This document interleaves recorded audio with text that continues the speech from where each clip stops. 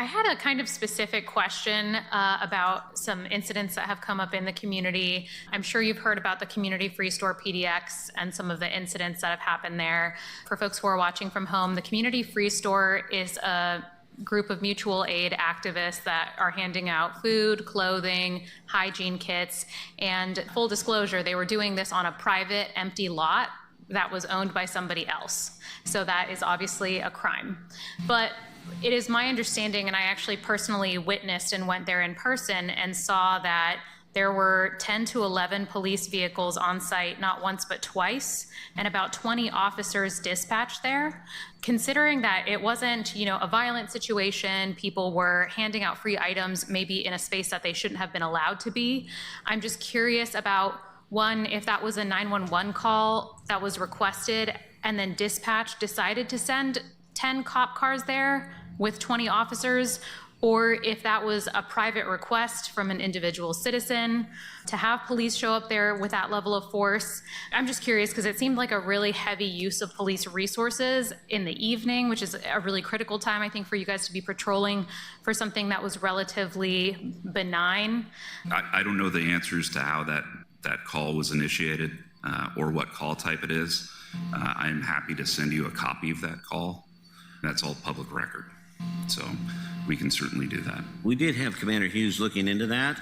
I know that he's got much more detailed information on it, and I would encourage you to reach out and I can have him connect with you. It's not uncommon to show up and see 10 police cars and everything's static and think, what do we have 10 police cars? But the circumstances about how that call arrives, if it's a high priority call, they're going to send 2, and then we can make the discussion or the determination about how we want to add that up. So that call may have came out categorized as X, disturbance, whatever, I don't know. And it is my expectation that when we have that presence, that it's legitimate, that we have reasons to be there, and that we're only there for the amount of time necessary. But cops are people too.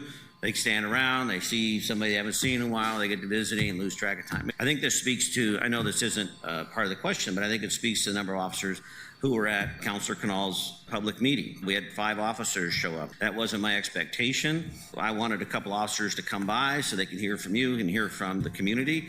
I think, for our town halls, because I think that happened to, well, I don't think it did happen to me as well, with 2 officers that showed up. Hughes has always been lovely to me when I was campaigning. He came up to me at an event, shook my hand, was very friendly, made sure that I felt comfortable. That's not really what happened with the officers that showed up at my town hall.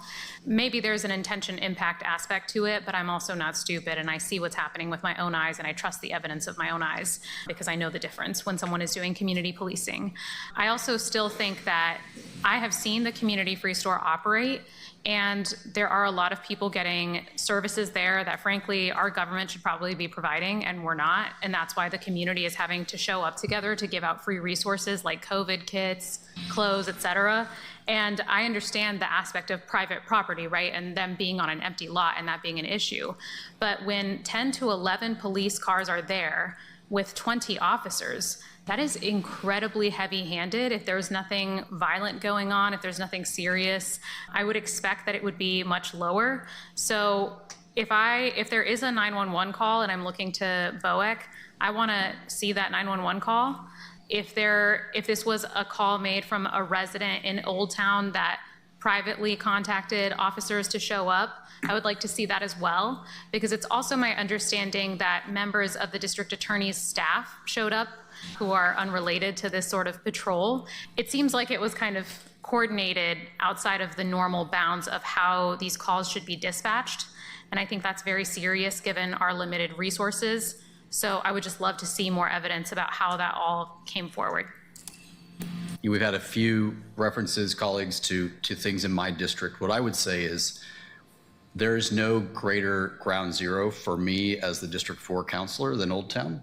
And while we have some groups who I think have an honorable mission in their hopes that they are having second and third order negative effects in that neighborhood, because I did hear from people who live in that zone, who have businesses in that zone, that those types of events have caused problems. And so I don't want to rush to too many judgments there. I don't know why 11 cars, I can't be the person on the ground who made that call, but my point is that if there are areas of town who want to invite that activity to occur, then that conversation should happen. But Old Town has been ground zero for so many services, for so many people coming in from other parts of town.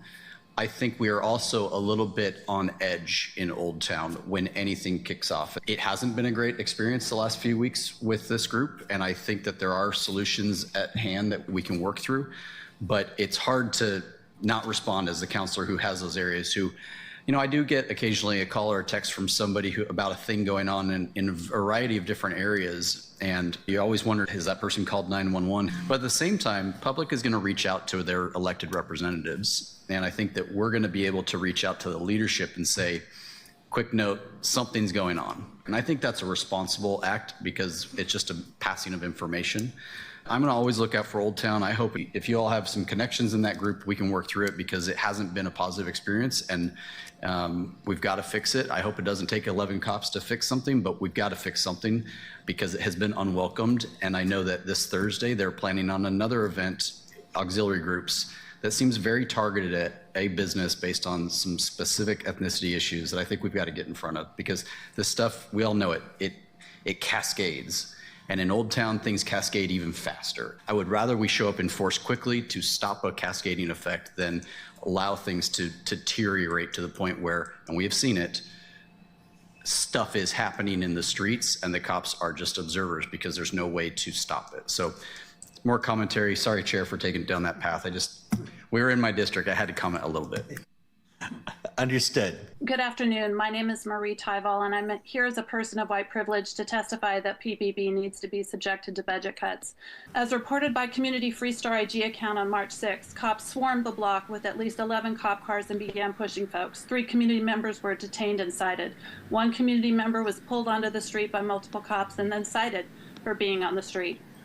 As reported by independent media in a video on the Portland Homeless Facebook page on March 13th, Jesse Burke, former campaign manager for Nathan Vasquez, chair of the Old Town Community Association, and board president of District 4 Coalition, apparently called the cops again on the Community Free Store. Jesse was referred to specifically by cops as their spokesperson. The woman in sunglasses also seen in the video, timestamp 140, is Darlene Urbit Garrett, executive director of the District 4 Coalition. Also present on March 13th was J.R. Ujifusa, a district attorney at Multnomah County, no doubt thanks to Jesse's relationship with Nathan Vasquez. In summary, while PPB insists they can't be subjected to budget cuts, someone like Jesse Burke can apparently easily weaponize her relationship with the cops, the DA, and in her role as the board president of District 4 Coalition, an organization funded by Portland taxpayers, to summon the cops and DA staff at will to harass volunteers handing out life-saving supplies. Thank you for your time today. Good afternoon, councilors. My name is Tyler Fellini. I'm a registered lobbyist for Portland Jobs with Justice, but I'm here today as a renter, resident, and everyday person in District 3. We just heard a lot from PPB about data and apps and categories to classify calls officers respond to. And I wonder what category harassment and intimidation would fall in. Earlier this month, multiple officers, including a sergeant, showed up at a peaceful mutual aid event in Old Town. They were not responding to a crime, and it was not the first time they'd shown up to harass participants. In fact, there appears to be a pattern of escalation as officers have become more and more confrontational with that mutual aid group. They were there, it seems, as a favor to Jesse Burke, a politically connected business owner who served as the campaign manager for newly elected DA Nathan Vasquez. In fact, one of Vasquez's senior deputy attorneys was also present at that event. This wasn't an isolated incident. Just weeks earlier, armed officers also showed up at town halls hosted by Canal and Morillo, both of whom have expressed criticisms of the police. These officers were not responding to emergencies. They weren't out solving crimes. They were there, seemingly, to send a message. Chief Day wants us to think this is no big deal. We just don't know all the facts. These instances were perhaps just a misunderstanding. But Councilor Morillo said that she trusts what she sees with her eyes, and I think most Portlanders do the same. So my question is, if the Bureau is so understaffed, why are officers being deployed in numbers to harass peaceful events and political meetings? Why are public resources being used in ways that look more like political intimidation and less like public safety? Portland is facing a $100 million budget shortfall.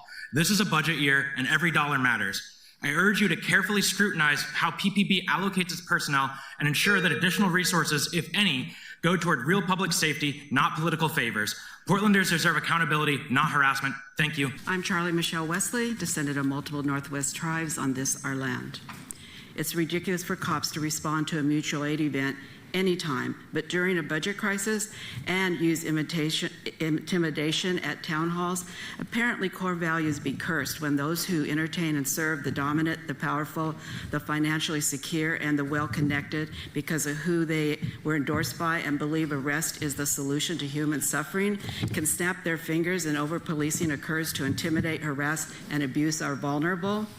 How about reducing the bloated police budget to help versus hinder? I can tell everybody in this room, there will never be a day that I will never call a cop, because if I do, I'm afraid I'm gonna get myself killed or get somebody else killed. When you talk about community safety, it actually has to be a community. It actually has to be a people willing to stand up for one another and not rely on a system that we know is broken or working as it should.